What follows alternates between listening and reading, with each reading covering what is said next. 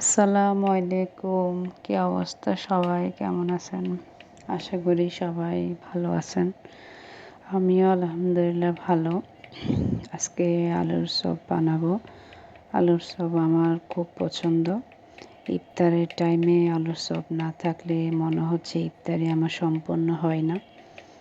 মানে কেমন জানি অসম্পূর্ণ থেকে যায়। আলুর চপটা আমার কাছে খুবই ভালো লাগে। এটা আমার খুবই ফেভারিট। তো আমি আলুর চপ বানাবো ডিম দিয়ে। ডিম একদম ছোট ছোট করে নিছি। ২ রকম করে বানানো যায়। আমি যে কতগুলা স্লাইস করে ওরকম করেও বানিয়েছিলাম। তো আজকে বানাচ্ছি একটু ছোট ছোট পিস করে। আর আমি এখানে পেঁয়াজ আর কাঁচামরিচ ওটা একটু ভেজে নিচ্ছি। আলুর ভর্তাটা যাতে একটু মজা হয়। আলুর ভর্তাটা মজা হলে কি হয় আলুর চপটা একটু খেতেও টেস্টি হয়, অন্যরকম হয় আর কি।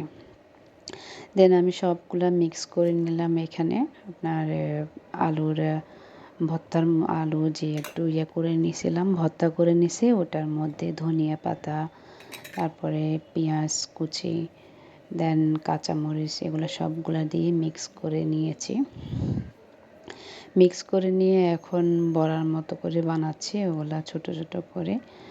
যখন আলু একটু হয়, ভর্তাটা একটু মজা হয়, আমার কাছে মনে হচ্ছে আলুর চপটাও মজা হবে। অনেক সময় আপনার দেখা যায় আবার দোকানের আলুর চপগুলো আমার কাছে একদমই ভালো লাগে না।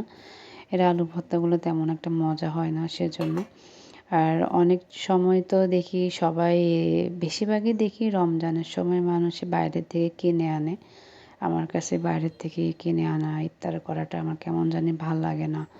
আর অপরিষ্কার অপরিষ্কার লাগে। ওরা হাত ধুই কিনা ঠিক মতে, তারপরে কি সে তেলের মধ্যে দেয় না দেয়, পরিষ্কার থাকে না, এই সব মিলে আমার কাছে ভাল লাগে না।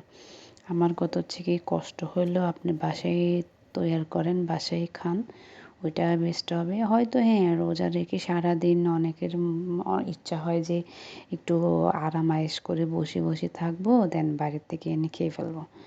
আসলে ওটা ঠিক না। আপনি যদি নিজের ঘরের মধ্যে তৈরি করে খান, ওটাই সবচাইতে বেস্ট। নিজের মতো করে এগুলো ধোয়া পরিষ্কার সব মিলিয়ে তো নিজে হাতেই করা হয়। তো সেজন্য আমি মনে করি যেটা বাসায় আপনি নিজে বানিয়ে খেলে ওটাই সবচাইতে বেস্ট হয়। আমার কাছে এটাই ভালো লাগে। আমি আমার একটু বদ অভ্যাস, আমি কারো হাতে ওরকম কিছু খেতে চাই না।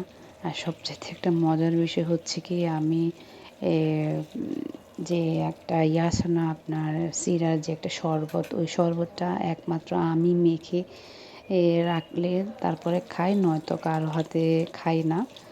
আমার কেমন জানি ঘৃণা হয়। ইভেন আমার বাসায় কেউ মাখলেও আমি খাই না, এটা আমি নিজে মেখে খাই আর কি। তো এটা আমার ভাজি হয়ে গেছে। মশলা দিলে অনেক বেশি বানানো শেষ হয়ে গেছে। এটা আসলে অনেক টেস্টি ছিল, অনেক মজার ছিল। তো সবাই ভালো থাকবেন। ধন্যবাদ। আল্লাহ হাফেজ।